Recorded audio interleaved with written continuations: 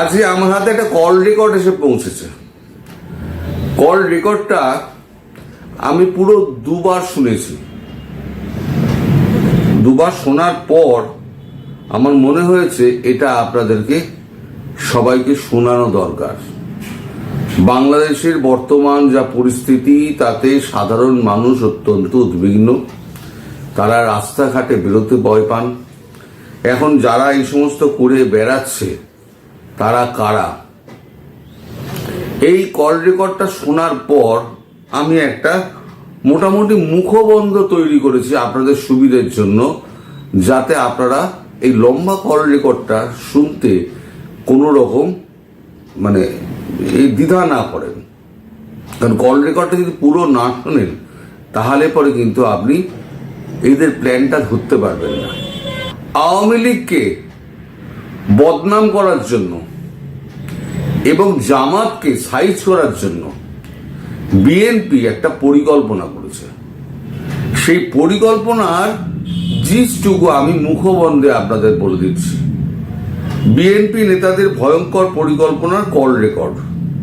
এই কল রেকর্ডে 32 ধানমন্ডি ভাঙা থেকে হিন্দু নির্যাতন, চিন্ময় প্রভু, আওয়ামী লীগ ধ্বংস করার পাশাপাশি বদনাম করা, জামাতের সঙ্গে আগামী দিনের সম্পর্ক, সেনাবাহিনীর স্যাংশন, অবাধে লুটপাট, সমন্বয়কদের লাশ ফেলা এবং ভারতের সঙ্গে বিএনপির সম্পর্ক ও প্রধানমন্ত্রী মোদীর প্রসঙ্গের পাশাপাশি পাকিস্তান নিয়ে বিএনপির পরিকল্পনা নিয়ে বিস্তারিত আলোচনা রয়েছে।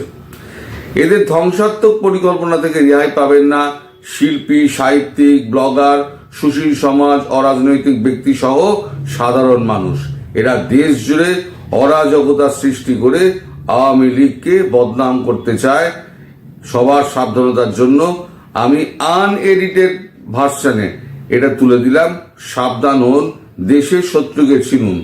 যারা 16 বছরের খিদে পূরণ করার জন্য দেশ ও দেশের মানুষের রক্ত নিয়ে খেলতে দ্বিধাবোধ করেন না। আপনারা এই মানুষগুলির গলা চিনতে পারলে আমায় কমেন্ট বক্সে নিশ্চয়ই জানাবেন। যদি আপনারা পুরোটা শোনেন তাহলে বুঝতে পারবেন আপনারা কেউ সেফ নয়, কেউ সেফ নয়। আপনাদের খুব মন দিয়ে শুনতে হবে এই কল রেকর্ডটা। আমি আজকে বেশি কথা বলবো না, শুধু কল রেকর্ডটা আমি শুনিয়ে দিচ্ছি। কল রেকর্ডটা একটা বড় একটা চক্রান্তের পরিকল্পনার একেবারে সাক্ষী, জলজ্যান্ত সাক্ষী। আপনারা কল রেকর্ডটা শুনে আমাকে কমেন্টে জানাতে চেষ্টা করবেন যে এরা দুজনেই বিএনপি, একজন বড় নেতা আর একজন মাঝারি নেতা, এরা কারা। শুনুন।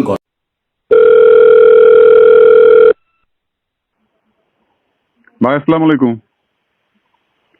ওয়ালাইকুম সালাম। কি অবস্থা?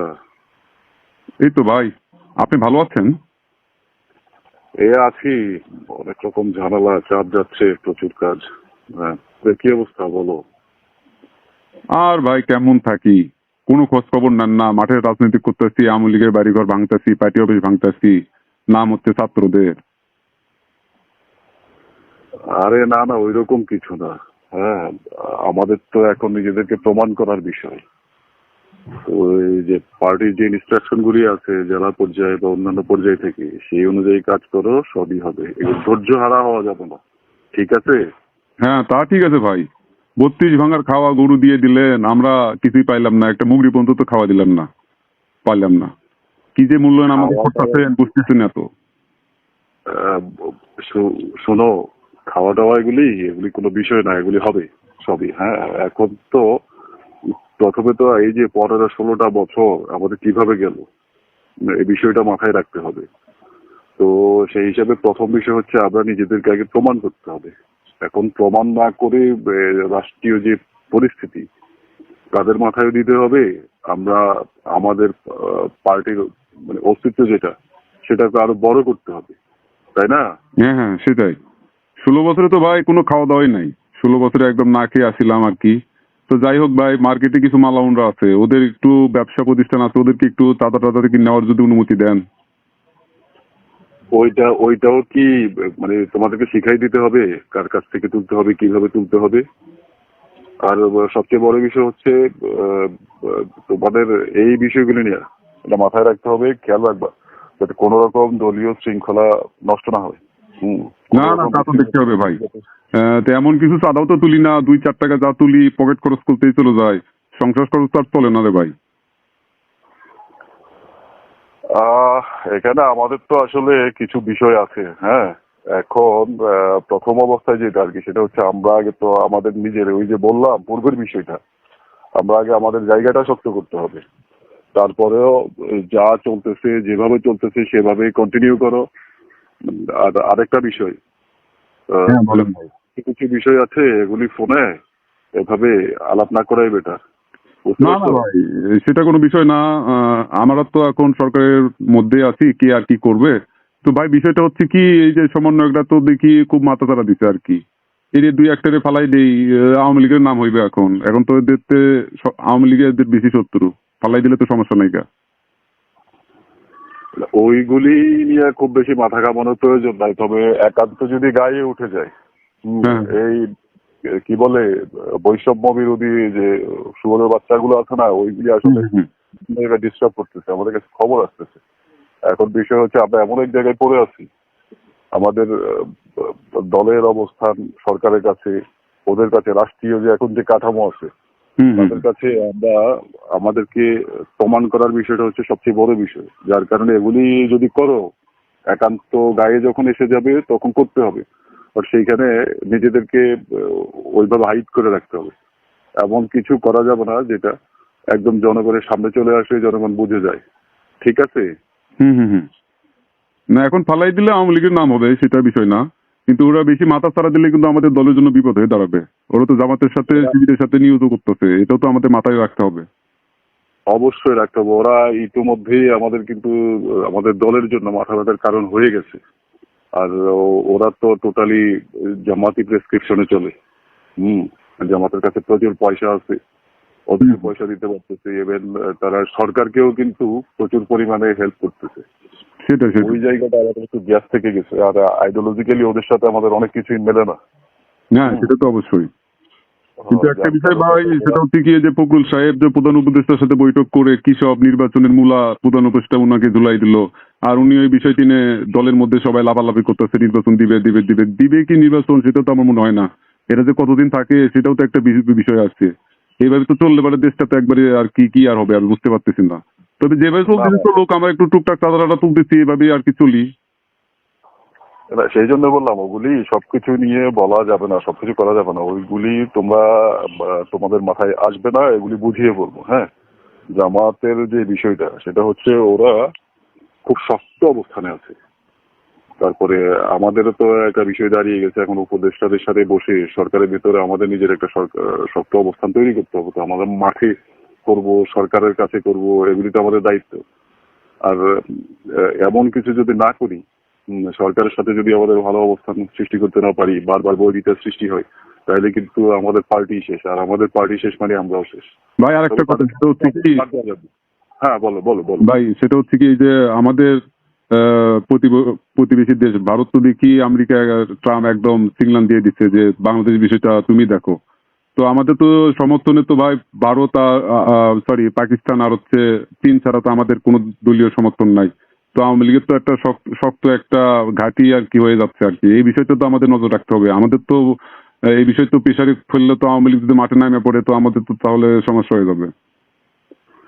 না, ওইসব নিয়ে তোমরা যারা মাঠ পর্যায়ে অ্যাক্টিভলি কাজ করতেছো, ওইসব বিষয়গুলি তোমরা মাথায় রাখা প্রয়োজন না। ঠিক আছে? তোমরা জাস্ট তোমাদের উপর মাঠ পর্যায়ে যে দায়িত্বগুলি দেওয়া আছে, যে দায়িত্বগুলি নির্দেশনাগুলি দেওয়া আছে, সেই অনুযায়ী কাজগুলি করো। সেটা আমরা আমাদের সেন্ট্রাল থেকে আমাদের লবি যারা আছে তারা তাদের মতো করে চেষ্টা করতেছে। এখন বিষয় হচ্ছে ট্রাম্প তো পূর্বে থেকে ভারতের যে প্রধানমন্ত্রী তার সাথে ভালো সম্পর্ক। তো সেই ক্ষেত্রে গিয়ে ভারতের অবস্থান আর আমাদের অবস্থান কিন্তু এক না। ভারতের প্রধানমন্ত্রী আর আমাদের প্রধান উপদেষ্টা কিন্তু এক বিষয় না। ভারতের প্রধানমন্ত্রীর অবস্থান অ্যাজ এ প্রাইম মিনিস্টার পুরো পৃথিবীতে শীর্ষ অবস্থান করে। তো আমাদের প্রধানমন্ত্রী বা প্রধান উপদেষ্টার অবস্থান কিন্তু সেটা না, ক্ষেত্র বিশেষে না। তাই সব জায়গায় আমরা কিন্তু তাদের উপরে ভর করেই চলতে হয়, তাদের পরিচয়েই চলতে হয়। এটা হচ্ছে বাস্তবতা। আমরা দলীয় ক্ষেত্রে অনেক কথা বলি, ভারত বিরোধিতা করি। এই যে আমাদের নেতা রিজি ভাই শাড়ি ফুরিয়ে দিল, এই করলো সেই করলো, হ্যাঁ, বিষয়গুলো হচ্ছে এগুলি আমাদের লোকাল যে রাজনীতি, লোকাল যে সেন্টিমেন্ট, হুম। ওই সেন্টিমেন্টটাতে হিট করার জন্য এবং ওদের সমর্থনটা নেওয়ার জন্য। কিন্তু আলটিমেটলি আমাদেরকে ভারতের উপর নির্ভর করেই চলতে হবে। ভারতের বাইরে চলার কোন রকম সুযোগ বা শক্তি আমাদের নেই। সেটা অর্থনৈতিক বলো, সামাজিক বলো, বৈশ্বিক রাজনৈতিক যাই বলো না কেন, সেই জায়গায় কিন্তু আমাদের জায়গাটা অত শক্ত না। আর পাকিস্তানের কথা যেটা বলতেছে, পাকিস্তান আমাদের কিছুই না। পাকিস্তানের সাথে আসলে আমাদের একটা সময় ছিল রিলেশন, বাট পাকিস্তান এখন পুরো জামাতের কোলে ঢলে পড়ছে এবং তারা কিন্তু recognize করছে জামাতকে। কারণ জামাত কিন্তু মানে বাংলাদেশের রাজনীতি করলো, ওরা রাজনীতিটা করে কিন্তু পাকিস্তানের জন্য, এটা তোমাদের মাথায় রাখতে হবে। Right right. দিন শেষে আমরা কিন্তু পাকিস্তানের জন্য রাজনীতি করি না, আমরা ভারতের জন্য রাজনীতি করি না। আমরা ভারতের উপর নির্ভর করি, ভারতের সাথে আমাদের যে সম্পর্ক সেটা থাকবে, বাট আমরা এটাও মনে রাখতে হবে যে আমরা পাকিস্তানের জন্য রাজনীতি করি না। ওদের সাথে আমাদের সম্পর্ক থাকবে, কিন্তু জামাত কিন্তু সম্পূর্ণরূপে পাকিস্তানের জন্য রাজনীতি করে। এই বিষয়টা মাথায় রাখবো, ঠিক আছে? হ্যাঁ, বুঝতে পারছি। আর একটা বিষয় ভাই, সেটা হচ্ছে কি, যেহেতু ট্রাম্প মোদির দায়িত্ব দিয়ে দিল, এখন যদি মাইনরিটি বিষয়টা নিয়ে, আমরা তো সংখ্যালঘুদের নির্যাতন বিষয় সত্যি যেটা বাংলাদেশে হয়েছে এটা কিন্তু আমরা জানি, কিন্তু এটা হয়েছে, এটা তো অস্বীকার করা যাবে না। এটা নিয়ে যদি বাংলাদেশে যদি একটা কিছু সৃষ্টি করে, আবার আওয়ামী লীগ যদি মাঠে নামে পড়ে, তো আমাদের অবস্থা কিন্তু করুণ হয়ে যাবে ভাই। আওয়ামী লীগ মাঠে নামবে, আওয়ামী লীগ তো আসলে মাঠ থেকে তুলে দেওয়ার মতো শক্তিও না। আওয়ামী লীগ হয়তো আজকে ধরো 5ই আগস্টের পরে যে পরিস্থিতিটা হয়েছে আর কি, ওর কারণে হয়তো ওদের নেতৃবৃন্দরা গা ঢাকা দেওয়ার কারণে আওয়ামী লীগ কি বলে মাঠের বাইরে আছে। কিন্তু আওয়ামী লীগ থেকে মাঠ থেকে একদম তুলে দেওয়া যাবে, এটা চিন্তা করা বোকামি। আওয়ামী লীগ এই দেশের বৃহত্তম একটা রাজনৈতিক শক্তি। আর সংখ্যালঘুদের বিষয়টা ওদেরকে তো অলরেডি সরকারের তরফ থেকে এবং পাকিস্তানের প্রেসক্রিপশনে কিন্তু ওদেরকে হিট করা হয়েছে, যথেষ্ট আকারে হিট করা হয়েছে। এই যে চিন্ময়কে গ্রেপ্তার করা হলো, হ্যাঁ, এটা তুমি সাধারণ মানুষ, একদম সাধারণ লেভেল থেকে চিন্তা করে দেখো, এটা কোনো ইস্যু ছিল? না না না। এর চেয়ে বড় বড় ইস্যু সরকার পার পেয়ে গেছে। সরকারের লোকজন বা সরকারের সমর্থিত যে বৈষম্য বিরোধী ওরা করছে, তারপরে আমাদের লোকজন কিছু কিছু ক্ষেত্রে করছে, জামাত তো প্রতিনিধিত্ব করছেই। ওদের বিরুদ্ধে তো কোনো অ্যাকশন হলো না। চিন্ময়টা ওরা জাস্ট হিন্দু সম্প্রদায়, সে যেহেতু একটা ফিগার হয়ে গিয়েছিল, সেক্ষেত্রে হিন্দু সম্প্রদায় বা আমাদের যে সংখ্যালঘু সম্প্রদায়, পুরো সম্প্রদায়ের তাকে একটা সিগন্যাল দেওয়া হচ্ছে, সিগন্যাল দেওয়া হয়েছে। বাড়াবাড়ি করলে ছাড় দেওয়া হবে না, সবার পরিণতি চিন্ময়ের মতো হবে। চিন্ময়ের মতো এত বড় ব্যক্তি যদি মানে কোনো কারণ ছাড়াই এতদিন জেলের ভিতরে জামিন হয় না, শাস্তির আওতায় আসে, তাহলে অন্যান্য ওরা তো কিছুই না। না না, এই মালাউনদেরও দেখতে হবে, মালাউনদেরও একই অবস্থা করতে হবে। যারা এদের পক্ষে নামছে তাদের পক্ষে আমাদের শক্ত অবস্থা নিতে হবে। মালাউন গুলো খুব লাফালাফি করতেছে চিন্ময়কে নিয়ে, বিশেষ করে। সেটা অবশ্যই নিতে হবে, কৌশলে নিবা। আর যে জায়গাগুলিতে যাই করো, একটা জিনিস মাথায় রাখবা, মুখ যাতে কোনোভাবে আমাদের কর্মী যারা আছে ওদের কাছে বলে, হ্যাঁ, যে ওদের মুখ যাতে কোনোভাবে ভেসে না ওঠে। তারপরে জয় বাংলা স্লোগান দিবা, সাধারণ মানুষের কাছে যাতে ওই মেসেজটা যায়, এগুলি আওয়ামী লীগই করতেছে বা আওয়ামী লীগের লোকজনই করতেছে, ঠিক আছে? যেখানে যা করো খুব সাবধানতা সহিত করতে হবে। আর কোনোভাবেই, বারবার বলতেছি, দলীয় কোনো রকম বিশৃঙ্খলা যাতে না হয়। না, আমরা নজর রাখতেছি ভাই, ওই বিষয়ে আপনাকে চিন্তা করতে হবে না। দলীয় বিষয়টা আমাদের আসলে হাতের ভিতরে আছে, এটা আমরা সবাই সংগঠিত হয়ে আছি। আর একটা বিষয় ভাই, সেটা আর কি শেয়ার করি আপনাকে, সেটা হচ্ছে ভাই, সেনাবাহিনী যেভাবে আপনার আওয়ামী লীগের ঠ্যাঙাচ্ছে, ভবিষ্যতে তো সেনাবাহিনী আপনার শান্তিরক্ষী মিশনে যাইতে আর কি স্যাংশন খেয়ে পড়বে। তাহলে তো এটা তো বিষয়, তো আসলে তখন তো আওয়ামী লীগ আবার মাঠে নামে পড়বে। যদি সেনাবাহিনী যদি আমাদের মাঠে না থাকে, তখন তো একটা আওয়ামী লীগের জন্য আর কি একটা ভালো একটা পয়েন্ট চলে আসবে আর কি। এই বিষয়টা কিন্তু একটা ভাবনার বিষয় আছে আর কি। বুঝতে পারছি তোমার বিষয়টা। আসলে সাধারণ লেভেল থেকে আমাদের এই বিষয়গুলি মাথায় আসে, সাধারণ সব মানুষেরই আসে, বাট এইসব বিষয়গুলি আমরা ফোনে আলাপ না করি। তুমি যখন সাক্ষাৎ হবে, সাক্ষাতে আমরা এই কথাগুলো বলবো, সাক্ষাতে এই বিষয়গুলি আলোচনা করবো। আর অন্যান্য বিষয়গুলি, বারবারই বলছি, অন্যান্য বিষয়গুলি আমাদের কোনো কিছুই মাথায় রাখার প্রয়োজন নেই। আমাদেরকে প্রমাণ করতে হবে। সামনে ওরা নির্বাচনের কথা ভাবতেছে, যে কোনো সময় ওরা নির্বাচন দিয়ে দিতে পারে, যার কারণে আমাদেরকে একদম রুট লেভেল পর্যন্ত, ওয়ার্ড পর্যন্ত আমাদেরকে রাজনৈতিক যে আমাদের যে সাংগঠনিক যে দৃঢ়তা বা সাংগঠনিক যে শক্তি, সেটা কিন্তু আরো সুসংগঠিত, আরো সংঘবদ্ধ ভাবে, আরো সুচারুরূপে করতে হবে। অতএব এমন সবকিছুই হচ্ছে 5ই আগস্টের পরে। ধরো বাংলাদেশটা এখন যে পরিস্থিতিতে আছে দেশটা, এই জায়গায় তুমি কি চিন্তা করতেছো? আমরা কতটুকু পারছি? এই জায়গায় যদি আওয়ামী লীগ থাকতো পাকিস্তান পর্যন্ত ওদের দখলে চলে আসতো। রাইট রাইট রাইট, একদম রাইট বলছেন। এখন আমাদের ভিতরে আসলে ওই রাজনৈতিক দৃঢ়তার কিছু সমস্যা আছে, যেটা আমরা বিভিন্ন একদম কেন্দ্র থেকে ওয়ার্ড পর্যন্ত বিভিন্ন জায়গায় এই সমস্যাগুলি ফেস করতেছি। বারবারই এই কারণে বলতেছি, তোমাদের জেলা, তোমাদের বিভাগের নেতৃবৃন্দের কাছে এসব ইনস্ট্রাকশনগুলি কেন্দ্র থেকে দেওয়া হচ্ছে, ওইভাবে দেওয়া আছে। কোন রকম বিভেদ এগুলি যাতে না হয়, যেটাই করো। না না না, ওই বিষয়ে আমরা খেয়াল রাখি ভাই, ওই নিয়ে আপনাকে চিন্তা করতে হবে না। চিন্তা তো করতে হবে না, কিন্তু বারবারই তো হয়ে যাচ্ছে। তোমাদেরকে যে কথাগুলি বারবার বলতেছি, বলার পেছনে কিছু কারণ আছে। বুঝতে পারছি। চিন্তা তো আমরা করছি না, তোমাদের উপর আমাদের শতভাগ ভরসা আছে। আমাদের কর্মীরা, নেতারা এগুলি সুচারুরূপে যে ইনস্ট্রাকশন গুলি দেওয়া হচ্ছে এগুলি পালন করবে। এখানে তো জামাত শিবির মাথা চারা দিচ্ছে আর কি, আমাদের এই বিষয়টাও খেয়াল রাখতে হবে, সবাইকে সংগঠিত করতে হবে। হ্যাঁ, ওইটাই তো বললাম, জামাত শিবির মাথাচাড়া দিয়ে উঠতেছে। জামাত শিবিরকে এই কারণে কোনোভাবে কোনো রকম ছাড় দেওয়া যাবে না। একদম। জামাত শিবিরকে ছাড় দিলে কিন্তু এটা কিন্তু আমাদের জন্য কাল হয়ে যাবে। ওরা ধর্মীয় রাজনীতি করে তো, সাম্প্রদায়িক রাজনীতি করে তো, ধর্মের একটা বাণী দিয়ে ওরা মানুষকে নিজেদের পক্ষে টেনে নেয়। আলটিমেটলি কিন্তু ওরা দেশেরও না, মানুষেরও না, জনগণ কারোরই না, ওরা শুধু নিজেদের। আর ওর বাইরে যদি ওদের কিছু থাকে সেটা হচ্ছে ওরা পাকিস্তানে। Right right.